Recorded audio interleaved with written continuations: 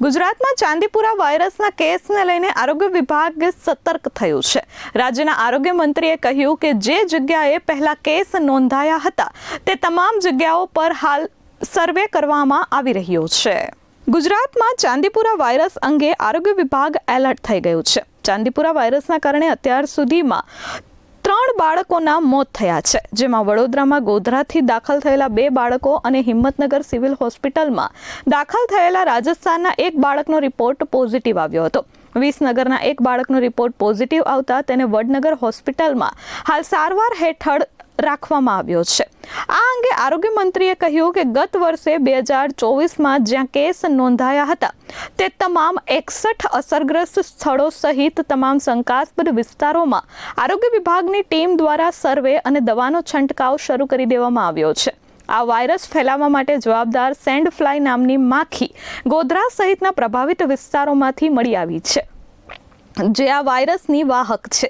આ વાયરસની કોઈ ચોક્કસ રસી કે દવા ઉપલબ્ધ નથી, પરંતુ દર્દીમાં દેખાતા લક્ષણોના આધારે ડોક્ટરો દ્વારા સારવાર આપવામાં આવે છે। આરોગ્ય મંત્રીએ કહ્યું કે લોકોને ગભરાવાની જરૂર નથી, પરંતુ જો તાવ કે અન્ય લક્ષણો જણાય તો તરત જ સરકારી દવાખાના, PHC અથવા CHC સેન્ટર પર બાળકોને લઈ જવાની અપીલ છે।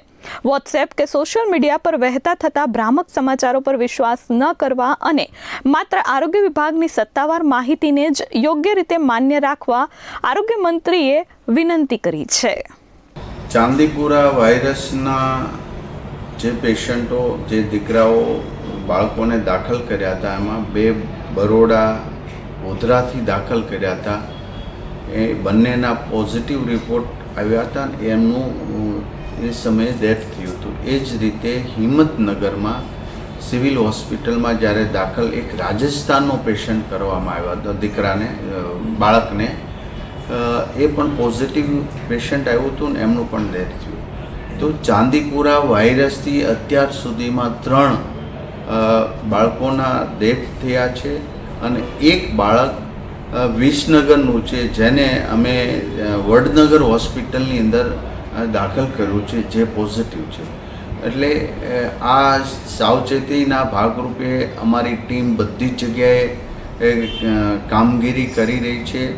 ગયા વર્ષે યાની કે 24માં જે ચાંદીપુરા વાયરસના દર્દીઓ આવ્યા હતા એ પ્લેસમાં પણ ટીમ સર્વે કરવાનો આજે મેં સૂચના આપી છે અમારા અધિકારીઓને, અને એ પણ એ જેટલા 61 પ્લેસ જે હતા ગયા વખતના દર્દીઓના, એ તમામ જગ્યાએ સર્વે થશે કરવા માટેની સૂચના આપી છે, ને ત્યાં પણ દવાનો છંટકાવ વગેરે।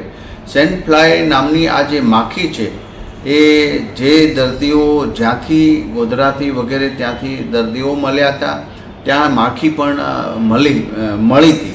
તો અત્યારે અમારી ટીમ સંપૂર્ણપણે ચાંદીપુરા વાયરસમાં જ્યાં જ્યાં કેસ શંકાસ્પદ હોય અથવા તો કેસ મળ્યા એ તમામ સર્વે થઈ ચૂક્યો છે।